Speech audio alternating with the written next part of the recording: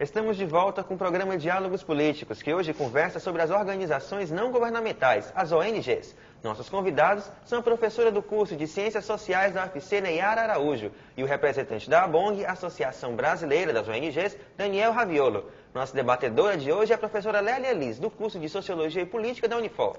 Veja agora a nossa matéria sobre como funciona uma ONG aqui de Fortaleza. Surge em 98 a Fábrica de Imagens, Ações Educativas em Cidadania e Gênero. De início, a Fábrica de Imagens não tem nenhuma proposta, não tinha nenhuma proposta de trabalhar com imagem, no sentido estrito da palavra. Na verdade, o termo Fábrica de Imagens surgia muito mais como uma metáfora, no sentido de que outras imagens, de que outras representações sociais, de que outros imaginários é que a gente queria, digamos assim, disseminar na sociedade no que se refere à questão do gênero, numa perspectiva de equidade, no que se refere à questão da diversidade, numa perspectiva de direito, numa perspectiva de acesso, né, aos bens públicos e a tudo que a sociedade tem para oferecer. Então, assim, trabalhar com cidadania, trabalhar com gênero, trabalhar com diversidade, foi inicialmente nosso foco através de ações diretas, através de cursos de formação, através de cursos de liderança, através de oficinas de gênero e sexualidade, de cidadania e ética, trabalhos relacionados à questão da formação de lideranças femininas.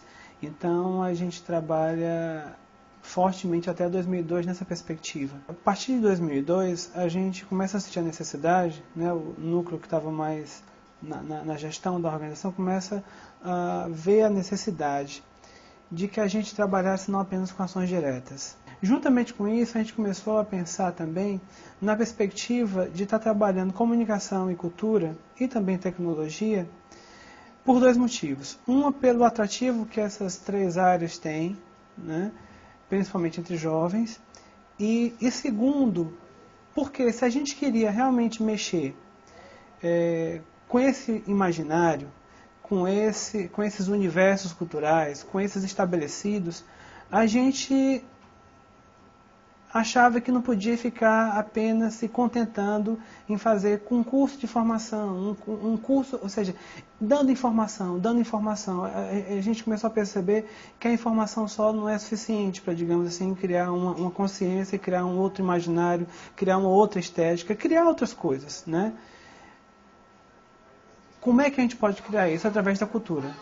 Voltando só algumas questões que a gente estava debatendo no outro bloco, Daniel, com relação à regulamentação e o controle social das ONGs, qual o seu posicionamento a respeito disso? Bom, eu primeiro acho que a palavra controle social é ambígua, certo?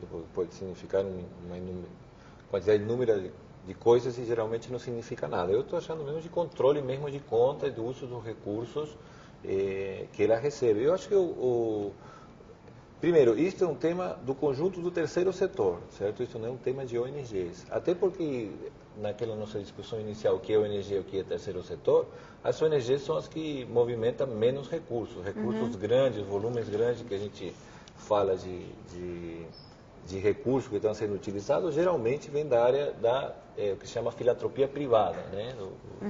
Do investimento social privado, que são originados por empresas. Então, acho que esse tema do controle do uso dos recursos tem que ser pensado de uma maneira mais ampla na sociedade.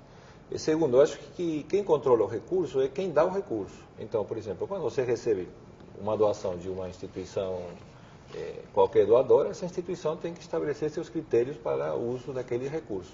Quando é recurso público, o Estado tem que entrar no controle. E aí eu diria que o controle do Estado é baixíssimo no conjunto do terceiro setor, não no conjunto das ONGs. Não tem muito controle mesmo, quase nenhum, né? Assim, em realidade, o Estado não controla nem ele mesmo. Certo? É um problema bem mais sério, né? Bem mais sério. grave.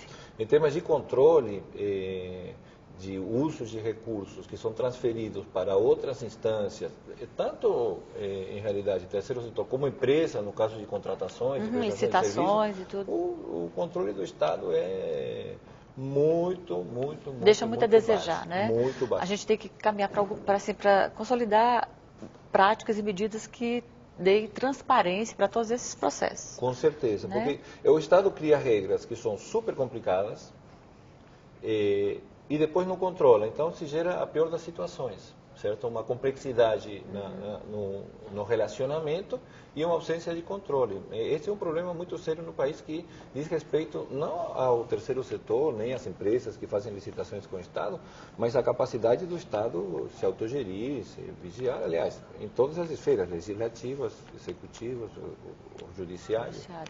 E a senhora, professora Nayara, concorda que deve haver uma fiscalização em vez de um controle social? Não, quando eu falei em controle social, eu estou me referindo só ao recurso, porque acho que o recurso seria mais uma relação com a fiscalização, uma coisa mais da contabilidade. Mas eu estou pensando no controle do trabalho mesmo. Do que está sendo feito, né? Assim, que tipo de controle social pode ser feito sobre o trabalho das diversas ONGs. Claro que é um trabalho interessante, mas será sempre, assim, qual será a linha, enfim, qual a linha política dela. Assim, eu imagino... Quer dizer, pensando num quadro de complexidade da sociedade que a gente tem, né? Então, por exemplo, alguém vai trabalhar com gênero, mas o que isso pode significar? Com educação, quer dizer, quem que vai controlar? Estaria só no âmbito daquele grupo, que é um grupo privado, né? Que digamos, elabora um projeto, executa o projeto. Agora, eu não saberia dizer... Quais seriam os parâmetros também, então, né? Como essa criar situações de controle? Eu não saberia lhe responder, mas eu acho que é uma coisa que poderia ser pensada. Eu acho que passa até também por essa questão da relação das ONGs com os movimentos sociais. Com os movimentos sociais. Porque os movimentos sociais, eles estão, vamos dizer assim, eles estão mais próximos, né, da vida das pessoas, da sua dinâmica, né? E a ONG já é uma forma mais institucionalizada. Né? Eu queria voltar a respeito dos recursos, vamos dizer assim, né? Que a gente estava fazendo referência à questão de controle sobre isso também. Um ponto que é muito discutido quando a gente vai falar das ONGs é a ausência de autonomia financeira, né? Que isso coloca muitos limites à própria atuação das ONGs. Como é que você está vendo isso? Como é que está sendo isso hoje para as ONGs, Daniel? Olha, você sabe que o santo padroeiro das ONGs é São Francisco, né? Porque nós somos mendigos todo tempo atrás de recursos para poder trabalhar. Pelo menos as ONGs que não temos articulação com os poderes políticos, porque no mundo das ONGs, primeiro, quem trabalha no mundo das ONGs e do terceiro setor somos seres humanos, certo? Então, há toda a diversidade dos seres humanos. Tudo ali está presente, está Então, a gente descobre, de repente, uma ONG ou um instituto ou uma fundação que é criada com 5 meses e de repente consegue financiamentos extraordinários porque conseguiu se conectar ou já nasceu para se conectar com o poder político. Já nasceu dentro de uma estrutura, né? De uma Mas facilidade. Eu posso dizer assim, porque conheço muito por dentro, assim, para dar um caso que o telespectador com certeza ouviu falar, o Axé passou 18 meses sem recursos públicos, apesar de ser a única instituição de Salvador que trabalha com a criança de rua para evitar que essa criança entre por um caminho que é ruim para ela, ruim para a sociedade, para todo mundo. Passou 18 meses porque chegou alguém no poder público que decidiu avaliar e cortou.